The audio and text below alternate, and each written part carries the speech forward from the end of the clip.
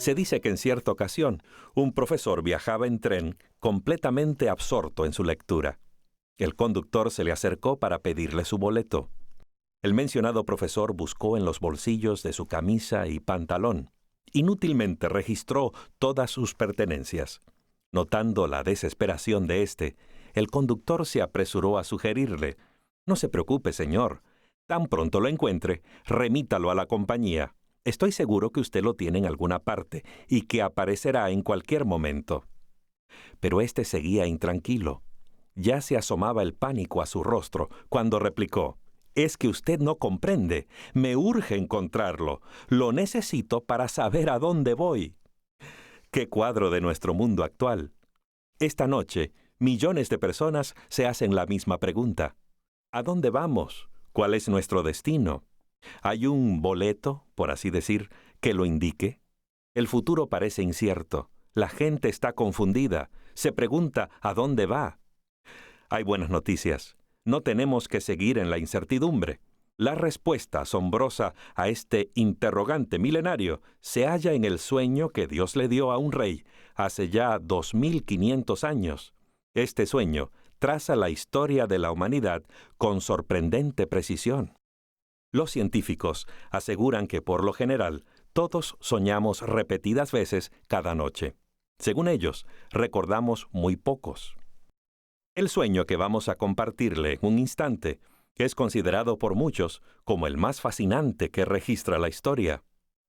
Ocurrió una noche hace más de 2600 años en el antiguo reino de Babilonia. Su historia está muy bien documentada.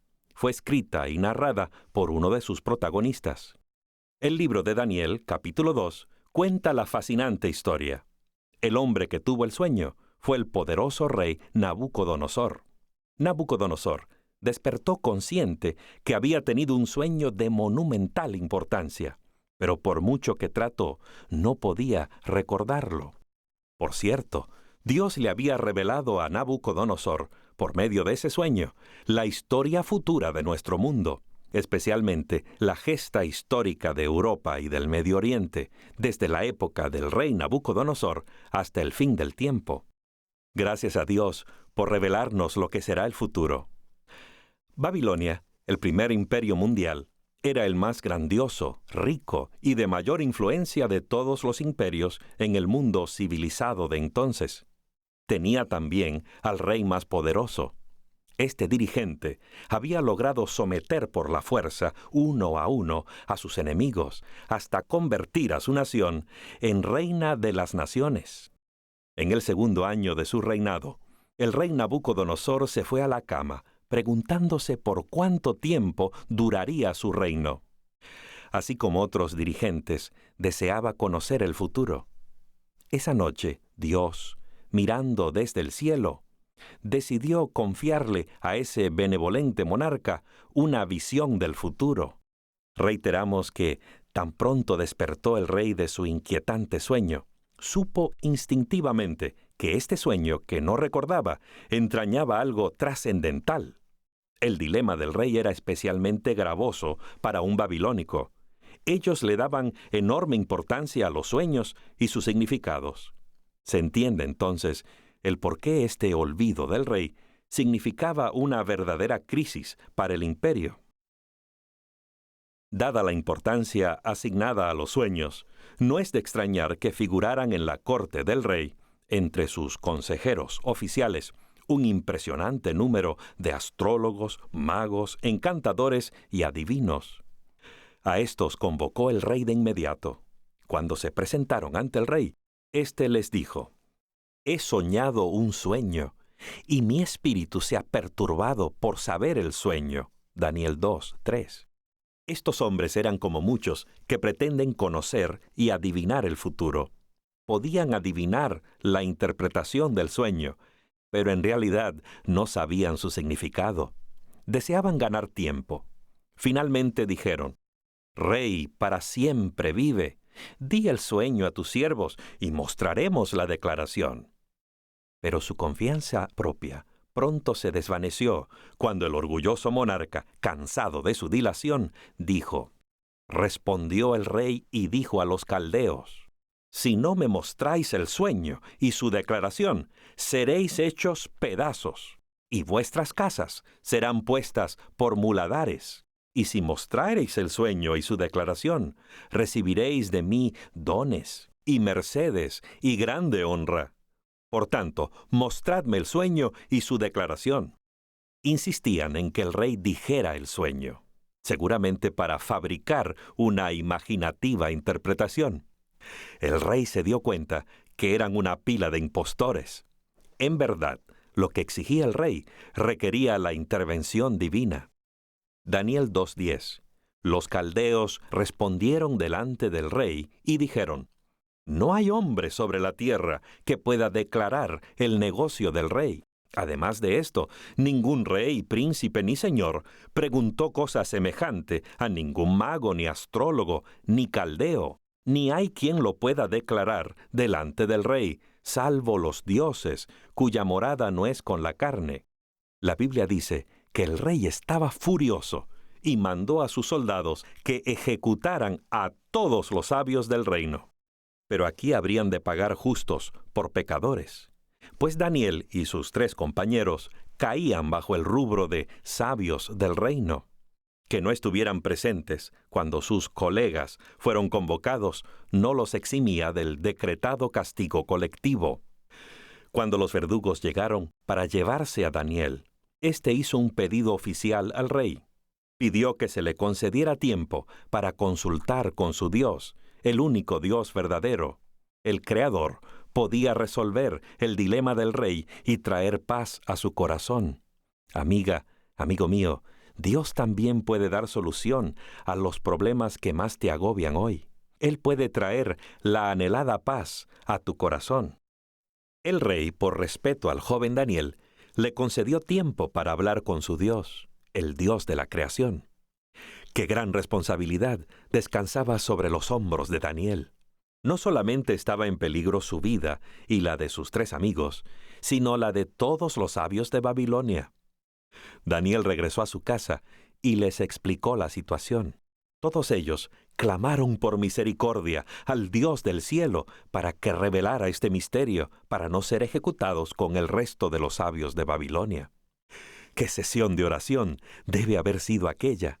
4 jóvenes hebreos orando porque Dios les revelara el sueño de un rey pagano antes de que se cumpliera el plazo. La Biblia dice que el Dios de Daniel le reveló el secreto en una visión esa misma noche. El Dios del cielo no falló en escuchar y hacer honor a esas oraciones. Tampoco dejará de escuchar las tuyas, amigo que me escuchas. Así que Daniel bendijo al Dios del cielo y dijo: A ti, oh Dios de mis padres, confieso y te alabo que me diste sabiduría y fortaleza, y ahora me enseñaste lo que te pedimos, pues nos has enseñado el negocio del rey. Cuán emocionados deben haber estado Daniel y sus 3 amigos hebreos. Después de esto, Daniel entró a Arioc, al cual el rey había puesto para matar a los sabios, y díjole así: No mates a los sabios de Babilonia. Llévame ante el rey, que yo mostraré al rey la declaración. Cuando Daniel estuvo ante la presencia del rey, Nabucodonosor le preguntó si era capaz de decirle lo que había soñado, juntamente con su interpretación. Veamos cómo le respondió Daniel al rey. El misterio que el rey demanda, ni sabios, ni astrólogos, ni magos, ni adivinos lo pueden enseñar al rey. Mas hay un Dios en los cielos, el cual revela los misterios, y él ha hecho saber al rey Nabucodonosor lo que ha de acontecer en los postreros días. Cabe destacar que Daniel no se atribuyó el éxito. Dio todo el crédito y el honor al único que lo merecía, a su Dios. Es Dios el que revela el futuro, amigo mío. No tienes que acudir a algún psíquico o astrólogo ni espiritista. Deja las páginas ficticias y quiméricas de la astrología y acude a las únicas páginas autorizadas, la palabra de Dios, la Santa Biblia. Allí encontrarás la respuesta segura a tus problemas. Sin duda, Daniel había estudiado Isaías 46, 9 y 10. Porque yo soy Dios, y no hay más Dios, y nada hay a mí semejante, que anuncio lo porvenir desde el principio, y desde antiguo lo que aún no era hecho. Esta sabiduría provenía de Dios, quien usaba este sueño para presagiar la historia del planeta desde los días de Nabucodonosor hasta los nuestros. Daniel empieza describiendo la actitud mental del rey previa al mencionado sueño. Tú, oh rey, en tu cama subieron tus pensamientos por saber lo que había de ser en lo porvenir. Y el que revela los misterios te mostró lo que ha de ser en los años futuros. Entonces Daniel declara el sueño. Tú, oh rey, veías, y aquí una gran imagen. Esta imagen, que era muy grande y cuya gloria era muy sublime, estaba en pie delante de ti, y su aspecto era terrible. Casi podemos escuchar al rey que dice emocionado: sí, eso es exactamente, una gran imagen elevada hasta lo alto. Daniel le describe el sueño tan claramente que Nabucodonosor no tiene duda de que es el mismo sueño que tuvo. Entonces Daniel continuó diciendo: la cabeza de esta imagen era de fino oro, sus pechos y sus brazos de plata, su vientre y sus muslos de metal, sus piernas de hierro y sus pies en parte de hierro y en parte de barro cocido. Muy asombrado, Nabucodonosor escucha mientras Daniel describe los elementos que forman la imagen, exactamente en la forma como los vio en el sueño. La cabeza era de oro brillante, el pecho y los brazos eran de plata menos lustrosa, el vientre y los muslos eran de bronce, las piernas eran de hierro y los pies eran una mezcla de hierro y barro cocido. Estabas mirando hasta que una piedra fue cortada no con mano, la cual hirió a la imagen en sus pies de hierro y de barro cocido y los desmenuzó. Entonces fue también desmenuzado el hierro, el barro cocido, el metal, la plata y el oro, y se tornaron como tamo de las eras del verano, y los levantó el viento, y nunca más se les halló lugar. El rey seguramente se asombró al ver ahora una piedra que aparecía de la nada a gran velocidad y que hería los pies de la imagen, desmenuzándolos y luego golpeando y destrozando la imagen hasta volverla en un polvo tan fino que se lo llevó el viento sin dejar huella. Mas la piedra que hirió a la imagen fue hecha un gran monte que hinchió toda la tierra. Sí, Daniel, dijo seguramente el rey, una piedra fue cortada, no por mano humana, y destrozó la imagen, y se convirtió en un monte que cubrió toda la tierra. Todo el sueño, así descrito, era exactamente igual al que el rey había soñado. Imagine cuán asombrado debe de haber estado Nabucodonosor cuando este noble joven le dijo cada detalle exactamente como lo había visto en su sueño. De una cosa sí estaba seguro el rey: ningún hombre podría habérselo revelado a Daniel. Ninguna persona puede decir lo que ha soñado otra. Tuvo que haber venido de una fuente divina. El rey seguramente se preguntaba ahora qué tenía que ver ese sueño con él. Y nosotros tal vez nos preguntemos lo mismo. El sueño de Nabucodonosor predice el levantamiento y caída de las naciones claves de esta tierra.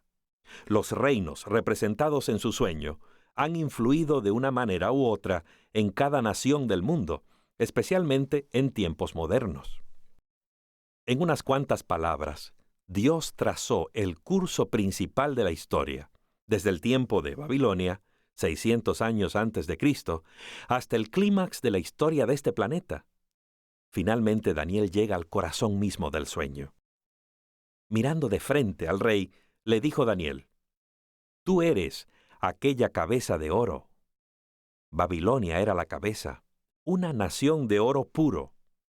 Una sonrisa de satisfacción seguramente se asomó en el rostro del rey al escuchar esas palabras halagadoras.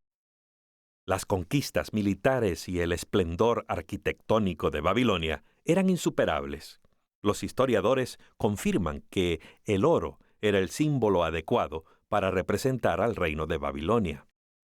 El oro usado profusamente para embellecer los edificios de Babilonia. Esta es la descripción que hizo un historiador de esa gran ciudad de la antigüedad.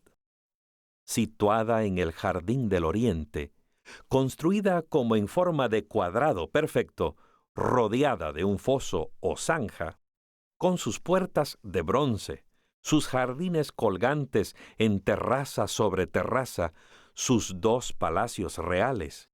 Allí, con toda la tierra postrada a sus pies, reina de incomparable grandeza, se levantaba esa ciudad, idónea capital de ese reino representado por la cabeza de oro. Uriah Smith, Las profecías de Daniel y Apocalipsis. Los fabulosos jardines colgantes de Babilonia eran una de las 7 maravillas del mundo antiguo. Si Daniel procuraba ascendencia política, habría suspendido la interpretación del sueño aquí. Pero Daniel era portavoz de un mensaje de Dios para el mundo de aquella época y la nuestra, y eso requería absoluta fidelidad al mensaje divino. Así que Daniel, humilde, pero valientemente, le declaró al rey: «Y después de ti se levantará otro reino menor que tú». Ahora se muda el rostro del monarca. Jamás imaginó Nabucodonosor que su reino no perduraría. De hecho, los arqueólogos han desenterrado tablillas de arcilla inscritas con estas palabras de Nabucodonosor: «He fortalecido las fortificaciones de Esagila y Babilonia, y establecido el nombre de mi reino para siempre». La Biblia dice que el orgulloso Nabucodonosor dijo: «¿No es esta la gran Babilonia, que yo edifiqué para casa del reino, con la fuerza de mi poder y para gloria de mi grandeza?» Sin embargo, Dios dijo que se levantaría otro poder que sobrepasaría el reino de oro de Babilonia, y Daniel vivió para ver ese día.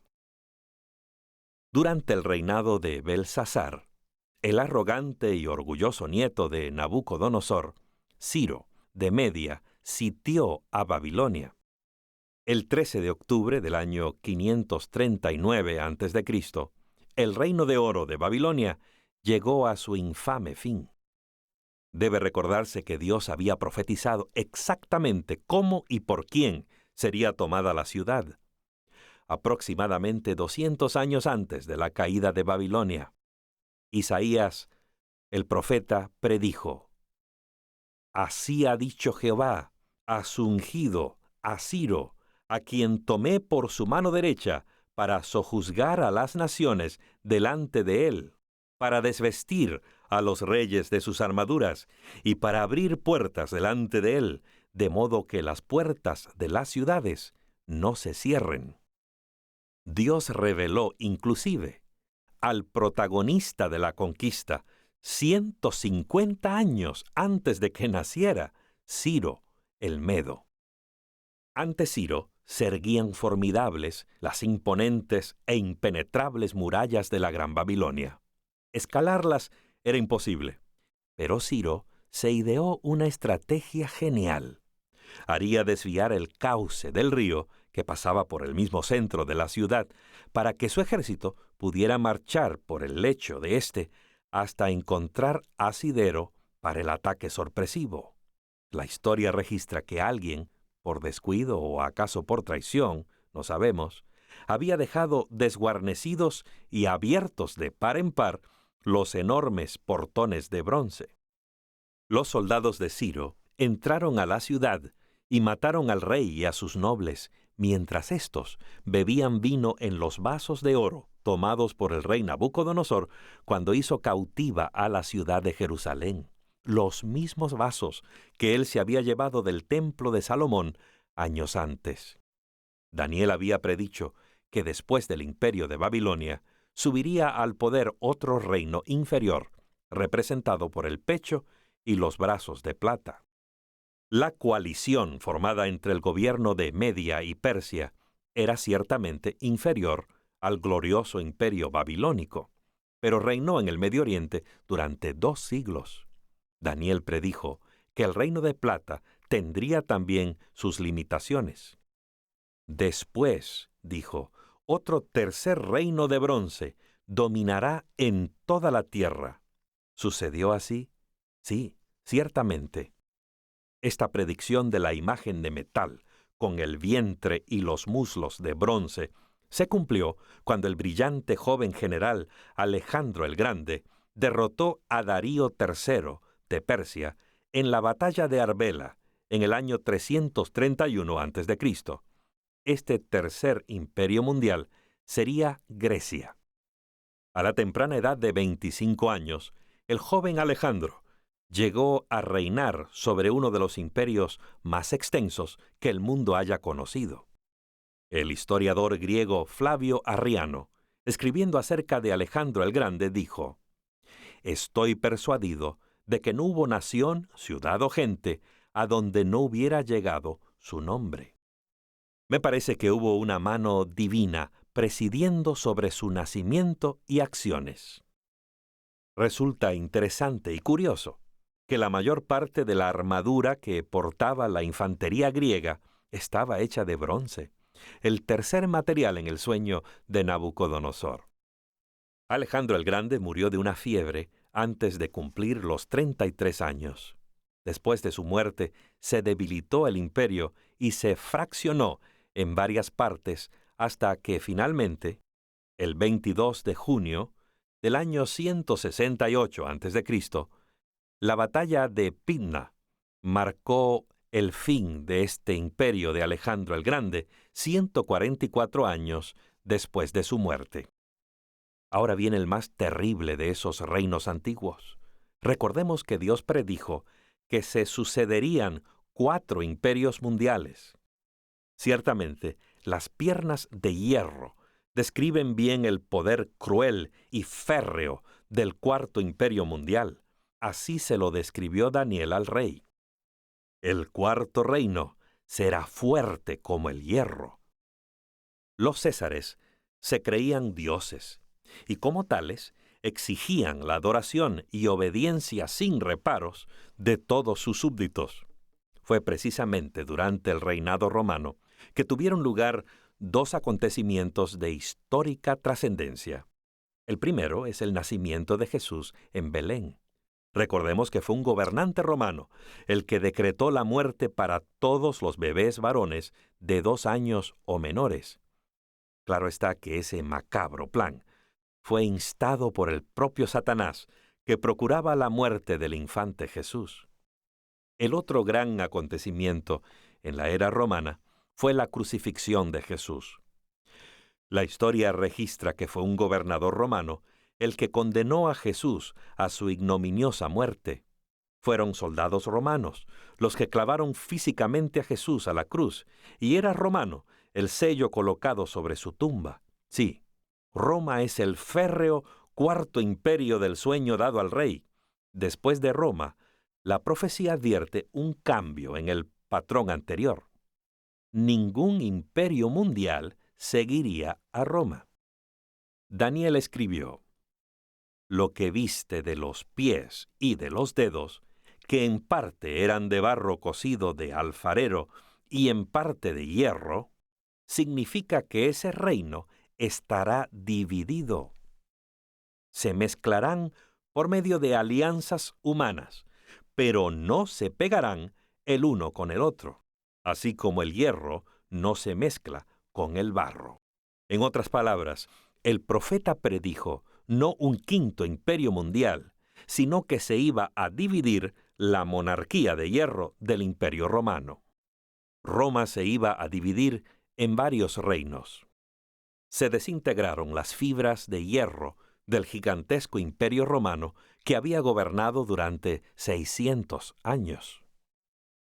Roma perdió su estabilidad y fuerza por causa del lujo, la corrupción política y su decaimiento moral, convirtiéndose en una presa fácil para las tribus bárbaras que comenzaron a invadir el imperio entre el año 351 y el 476 después de Cristo.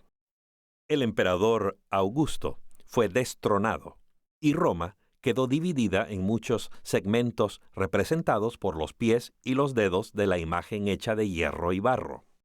En cuanto a lo que viste, dice Daniel 2:43, que el hierro estaba mezclado con el barro cocido, se mezclarán por medio de alianzas humanas, pero no se pegarán el uno con el otro, así como el hierro no se mezcla con el barro. Las invasiones bárbaras dividieron el Imperio Romano. 3 divisiones, representadas por los pies de hierro y barro cocido, formaron la base de las naciones localizadas en la Europa actual. 10 de estas tribus bárbaras han sido citadas por la mayoría de los historiadores de la manera siguiente: alanos o alemanes, burgundios, suizos, francos o franceses, lombardos, que son los italianos, sajones, los ingleses, suevos, los portugueses, visigodos, que son los españoles, érulos, ostrogodos, vándalos, ya extintos o fusionados con otras naciones vecinas. La profecía es clara. Estas naciones jamás formarán un quinto imperio mundial. La Europa de hoy refleja esta sentencia divina. Aún con una moneda y un mercado común europeo, las naciones europeas siguen divididas. Dios advirtió que aun si se mezclaran entre sí con simiente humana, no se unirían, lo que da a entender que habrían matrimonios entre las familias reales, pero la profecía le vaticina fracaso a todo esfuerzo por un nuevo imperio europeo. En un palacio de Dinamarca puede verse el árbol genealógico de los monarcas europeos. Todos están emparentados. Se creía que esos lazos filiales obviarían las guerras. Sin embargo, la historia dice lo contrario. Se comportaban como matrimonios mal llevados. Muchas de las guerras que se lidiaron en Europa no eran más que riñas entre parientes. Dios había predicho: se mezclarán con medio de alianzas humanas, pero no se pegarán el uno con el otro, así como el hierro y el barro no pueden pegarse. Piensa en los muchos intentos que se han hecho para pegar nuevamente las naciones de Europa. ¿Qué sucedió con aquellos que quisieron dirigir el mundo entero y trataron de unir a la dividida Europa? Carlomagno, derrotado. Carlos V, derrotado. Luis XIV, derrotado. Napoleón, derrotado. Kaiser Wilhelm, derrotado. Hitler, derrotado. Exiliado en la isla de Elba, Napoleón, ese poderoso guerrero de Francia de la primera parte del siglo XIX, tuvo que admitir que la palabra de Dios podía más que él. Dios puede más que todos los monarcas juntos. Dios había dicho: no se pegarán el uno con el otro. Un epitafio apropiado para todos aquellos que quisieron ser dirigentes de todo el mundo. Sin embargo, el hombre está tratando todavía de unir a los países europeos, pero pareciera que no se pueden unir, tal como lo dijo Dios. Se pueden juntar, pero no se pueden pegar. Nabucodonosor seguramente se asombró del giro sorpresivo tomado por esta profecía. Dios predijo la caída de 4 grandes imperios mundiales. Predijo que Roma sería reemplazada por varias naciones, 7 de las cuales están representadas en la Europa occidental actual, algunas fuertes, otras débiles, pero todas divididas sin remedio. ¿Qué ocurriría entonces? Con obvia alegría y confianza, llegó Daniel al asombroso clímax de su interpretación del sueño de la gran imagen metálica. Dijo entonces: y en los días de esos reyes, el Dios de los cielos levantará un reino que jamás será destruido, ni será dejado a otro pueblo. Este desmenuzará y acabará con todos estos reinos, pero él permanecerá para siempre. De la manera que viste que de la montaña se desprendió una piedra sin intervención de manos, la cual desmenuzó el hierro, el bronce, el barro cocido, la plata y el oro, el gran Dios ha hecho saber al rey lo que ha de acontecer en el porvenir. El sueño es verdadero y su interpretación es fiel. El próximo gran acontecimiento en el escenario de la historia humana será la segunda venida de Cristo y el establecimiento de su reino, representado por la piedra cortada no con mano. Su reino quedará fundado no por mano humana, sino por la poderosa mano de Dios. Será un reino que cubrirá toda la tierra. Entonces se cumplirá la profecía.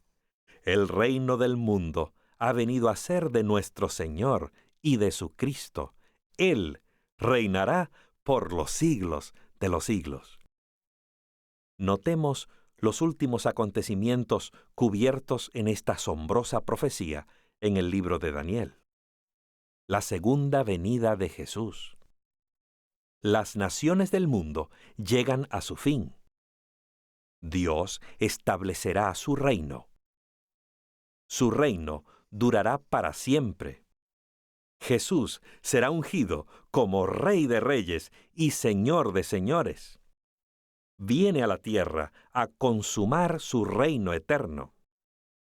Cuando Daniel terminó de contarle al rey su sensacional visión y la asombrosa interpretación divina, el rey Nabucodonosor se puso de pie y humildemente se postró delante de Daniel, en honor al gran Dios de Daniel, cuya sabiduría y poder habían sido tan impresionantemente demostrados.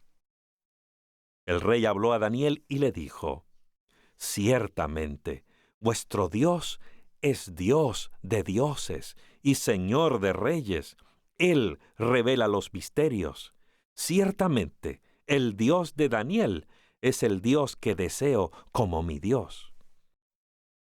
A través de esta gran imagen de metal, vista por Nabucodonosor en su sueño, 6 siglos antes del nacimiento de Cristo, Dios reveló los misterios de los siglos por venir.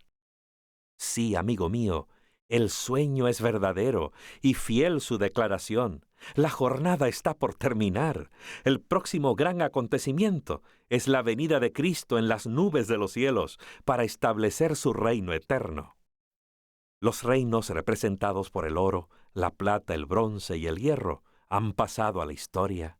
El siguiente glorioso acontecimiento es la venida de nuestro Señor.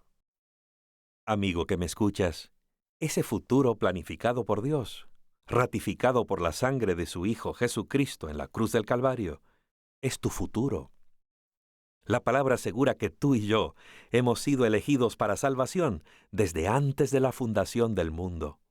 En el reino celestial que Cristo está preparando, hay una mansión que tiene tu nombre. ¿Qué debes hacer? Haz lo que hizo el ladrón arrepentido, mientras colgaba entre el cielo y la tierra, pendido de una cruz al lado de Jesús. No podía acercarse más a Jesús. No obstante, se confesó pecador y supo que necesitaba un Salvador. Miró a Jesús, el Salvador del mundo, y contempló su nobleza. Lo escuchó orar por sus torturadores, vio su lucha al sentirse abandonado, pero observó su paz y su fe. Su corazón se conmovió, confesó sus pecados y clamó: «Jesús, acuérdate de mí cuando vengas en tu reino». Y Jesús le dio la seguridad de que estaría con él en ese reino. Amiga, amigo mío, tú también puedes elevar esa misma oración. Jesús desea oírla de tus labios. Si lo haces, puedes tener toda seguridad que Jesús te dice a ti también: «Estarás conmigo en el paraíso». Entonces, escucharás de los labios de Cristo esta invitación: «Venid, benditos de mi Padre, heredad el reino que ha sido preparado para vosotros». Este mundo no está en manos de los seres humanos, está en las manos de Dios. Podemos hacer frente al futuro con una gran confianza. Cristo vendrá muy pronto. La piedra cortada no con mano destruirá la imagen. Los reinos de este mundo se derrumbarán. Dios establecerá su reino eterno. Sí, querido amigo, amiga, tú puedes confiar en este Dios que ve el fin desde el principio, que conoce tus pensamientos antes que los tengas y tus obras antes que las realices. El Dios que desde la eternidad pasada ha aparejado una morada eterna para ti. Puedes confiar en su dirección, en sus planes de amor para ti. Dios, tu Dios, te llama hoy. Hoy te invita, hoy toca la puerta de tu corazón. ¿Acaso no le abrirás? Ríndele tu vida, hazlo ahora mismo.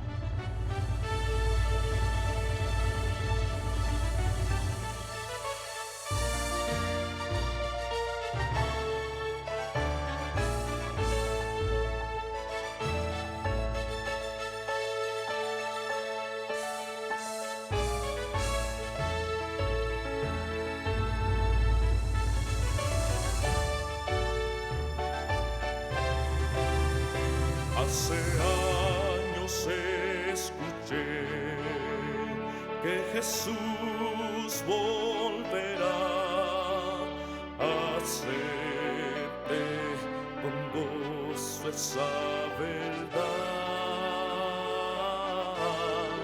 La esperanza firme está, pues ahora bien yo sé que mi Cristo muy pronto volverá. Todo proclama por doquier, las señales anuncian ya el fin. Atención, la vista levanta,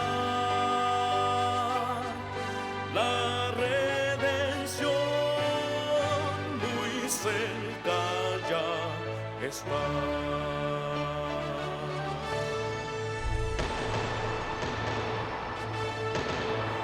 Odio y guerra por doquier, violencia y maldad, no dudemos más, vendrá el buen Jesús,